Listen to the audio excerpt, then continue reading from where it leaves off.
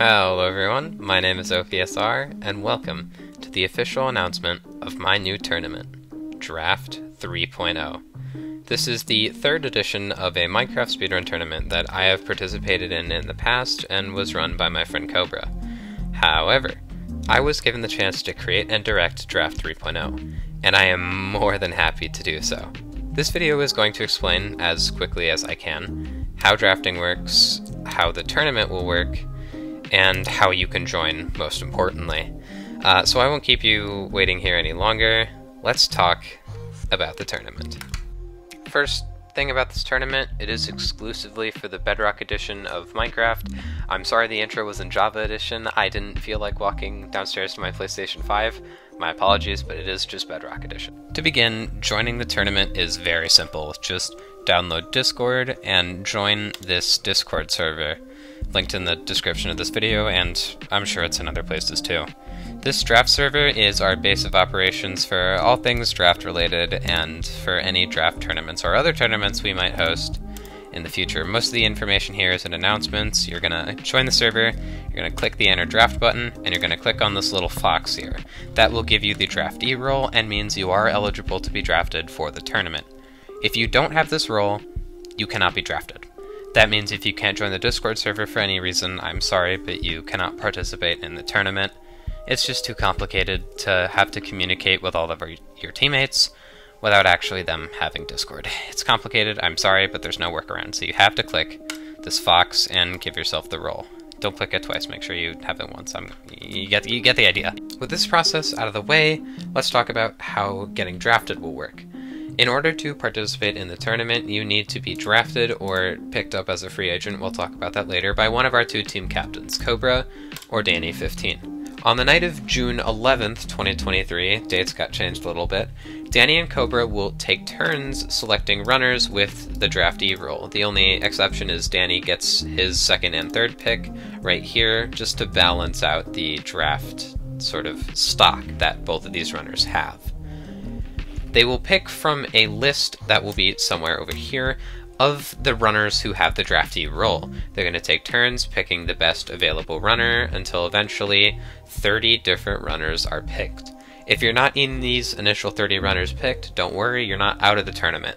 You just have to wait a week, and this will mean that the free agents are open. Basically that means, let's say, pick 13, whoever he is, he sucks. So as a free agent, the team captains can drop pick 13 and sign you instead. I will not be playing in the tournament, but if I was a free agent, I could be signed in the place of somebody who wasn't doing well. And then pick 13 becomes a free agent and Cobra is free to sign him, just as an example. Probably a little complicated. I can explain more in my DMs, and the Discord server is always open for questions. Amazingly, I forgot to say this in the original script. When you earn points, it's not for you, it's for your team.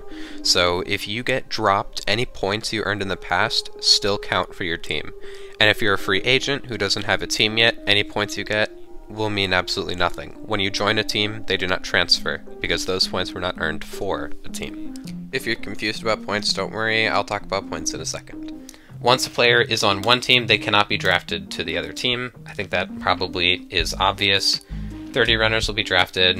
If you don't get drafted, don't worry, you can be a free agent.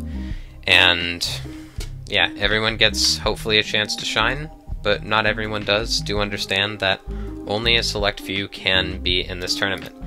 If you don't get signed, it's okay. You can run really hard, you can get better, and then either next tournament or as a free agent, people will notice your work. If it's good work. Trust me. Okay, and now that our draft process has ended, we can start the actual tournament.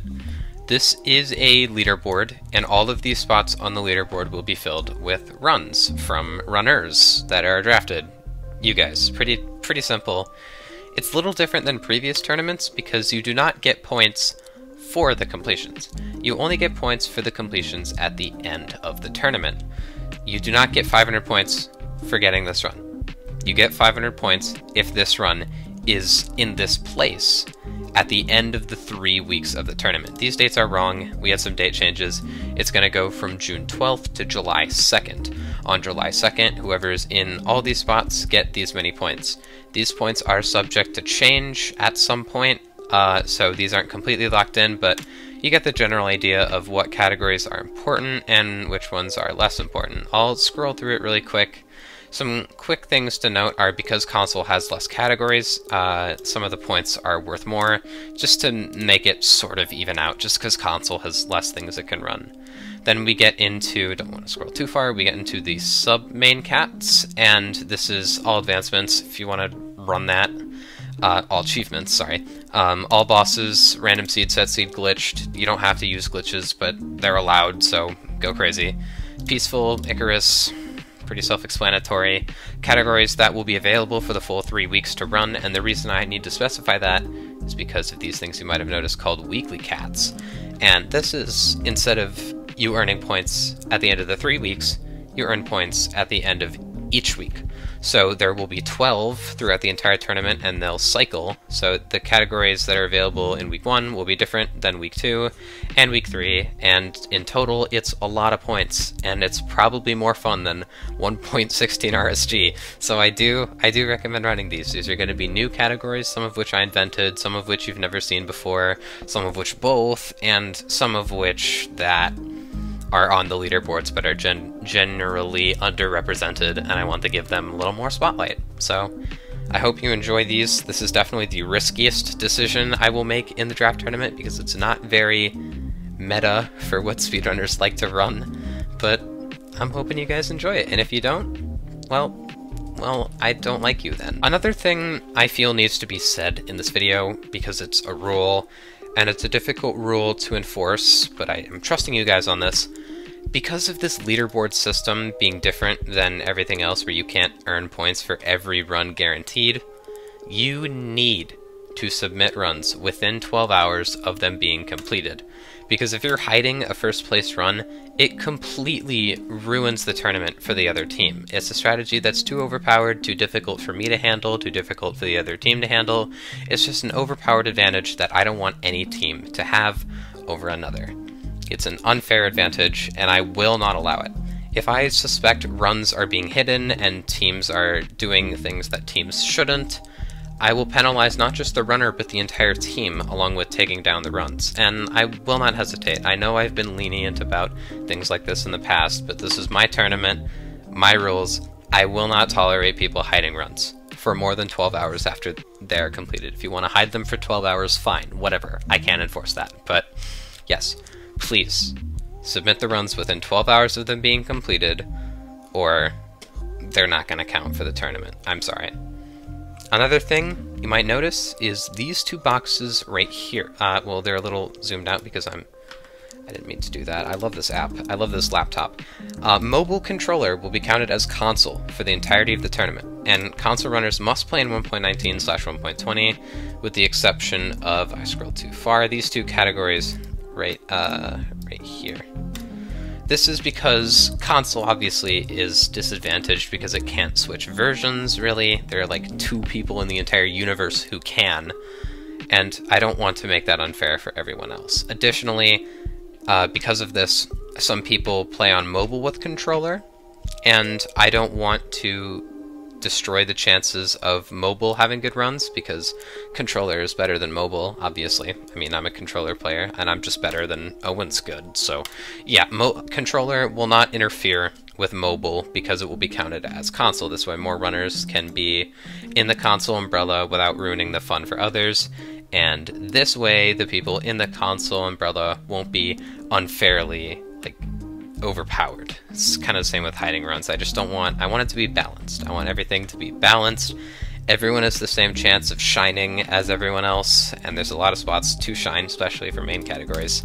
I just want everyone to have an equal chance to have fun and get points, because these are big teams. These are 15, 16 person teams, including the leaders.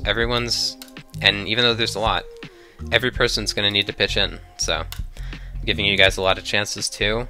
And I'm giving you guys the means to make it all fair. So with that out of the way, I'm pretty sure that checks all the boxes that I want to talk about today. Sorry, this video has been a lot of rambling, and it probably makes no sense, and I talk fast, and I talked about a lot. So if you have questions, go to the Discord server, go to my DMs. They're always open unless I'm asleep, in which case just send them and I'll answer them in the morning. I want to help you because I know hopefully you want to run this tournament, and I want to help you want to run this tournament. So talk to me, ask questions. Don't rewatch the video, that's a waste of your time. Just talk to me, I can answer the questions more directly. But if you did watch this video one time completely through, hopefully that means you're interested, and thank you for watching this video. I hope you enjoyed. You probably didn't, but I hope you enjoyed the tournament, which is what the whole point of this video is for.